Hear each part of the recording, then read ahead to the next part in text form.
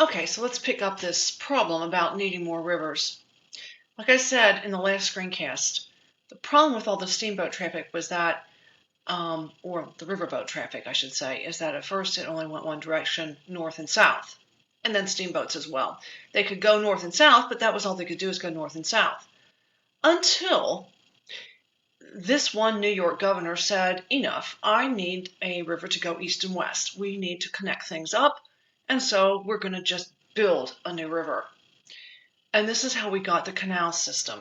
And this became an important part of the Industrial Revolution. It became the transportation part of the Industrial Revolution because you might have an Industrial Revolution, but you have to have a way to get the goods and materials and people around the country in order to capitalize on the fact that you have now these towns and factories and things. So this man, DeWitt Clinton, I don't know if he's any relationship to the current Clintons or not. I have no idea. It's possible, but I don't know. And some of his business leaders, he's the governor of New York, decided to build a canal to connect New York City with Lake Erie, because if you could get to Lake Erie, that would connect you up with a lot of the people in the Midwest. Now, people called this Clinton's Ditch because they thought the thing could not be accomplished. They thought this was a fool's errand because you had to blast your way through a lot of solid rock in order to accomplish this thing, and they thought it would not be able to be done. So it's going to connect the Hudson River with Lake Erie, and that's going to open up the whole Great Lakes region to transportation from the eastern seaboard. This is a huge deal. I will show you a video about this in class because it's a big thing. All right, this is called the Erie Canal. It's a famous, famous thing. Thousands of workers contributed to this, especially Irish immigrants helped build this thing because many of them were coming to the United States at this time, and most of them have no education and no skills, really. They don't have a skill set other than actually basically farming. And so they get off the boats in New York and Boston, and they don't have any money to get to the place where they can farm. And so they're like, well, we can go to work building a canal. We know how to shovel dirt. We can do that. Now, the canal has to change elevation, so a series of locks has to be built. And I'm going to show you, there's a diagram in this PowerPoint about locks, but also I'm going to show you a couple of videos at school about how these things work.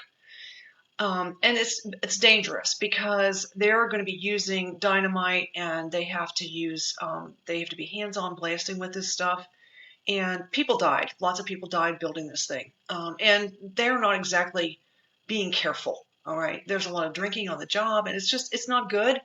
But it gets built. It's a testament to American ingenuity. All right. And again, there was disease on the job and bad drinking water and mosquitoes because some parts of it were like swampish kinds of areas. It took 8 years, but in 1825, Clinton got on a barge in Buffalo on Lake Erie. He took a bucket of water from Lake Erie, fresh water out of Lake Erie. He took it with him. He traveled the whole length of the canal and poured the Lake Erie water into the Atlantic Ocean. And he was one happy man.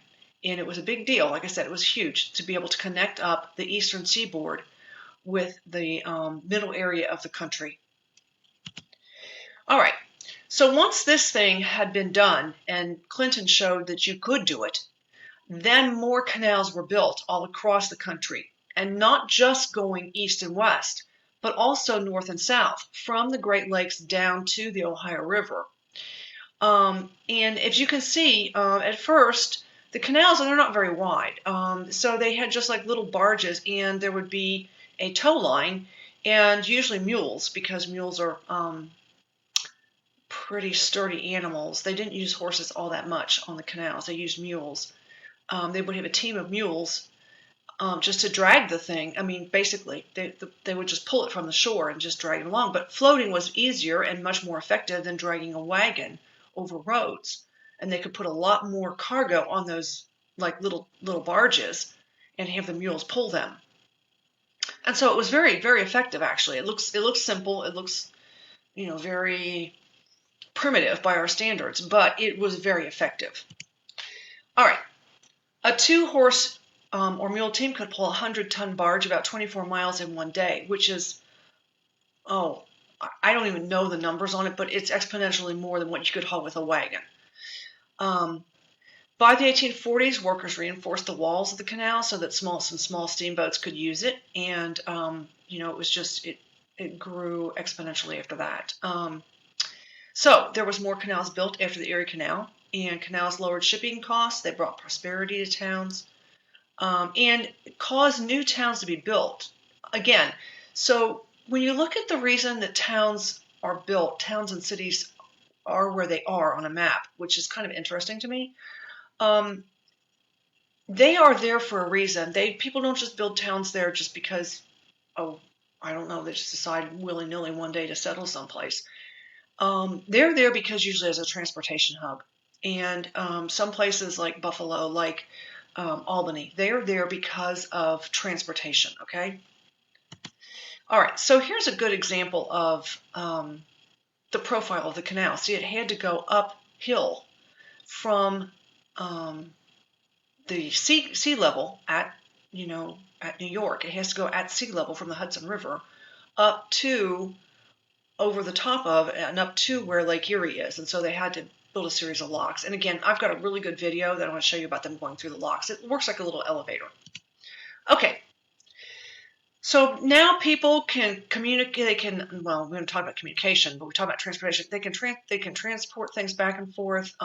They can get goods around the country. And this is a huge improvement. So between 1791 and 1803, the U.S. adds 4 new states: Vermont, Kentucky, Tennessee, and Ohio. Then between 1816 and 21, the War of 1812 gets over with. They add more states. Of course, we're not going to add states during World War because we got better things to do than think about adding states. They add Indiana, Illinois, Mississippi, Alabama, and Missouri. And again, the early pioneers are going to settle often along rivers. But then I've said this forever now, and so you're sick of hearing me say it. Okay.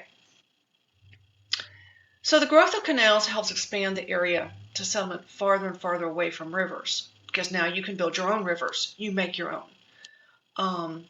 And people often prefer to settle with others from their own areas. And so this happens. So Irish people settle with Irish people, German people settle with German people, Italian people settle with Italian people. And this is not racism or it's not on purpose. It's not to exclude other people.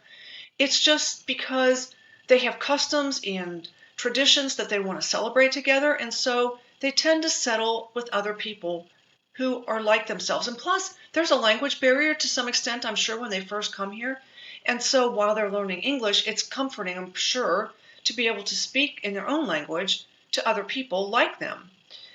And life doesn't always have conveniences, the cities in the East. And I've got this silly little, there was a commercial about settlers, and we'll watch it in class, and you can watch it if you want to, about settlers, because they're settlers after all.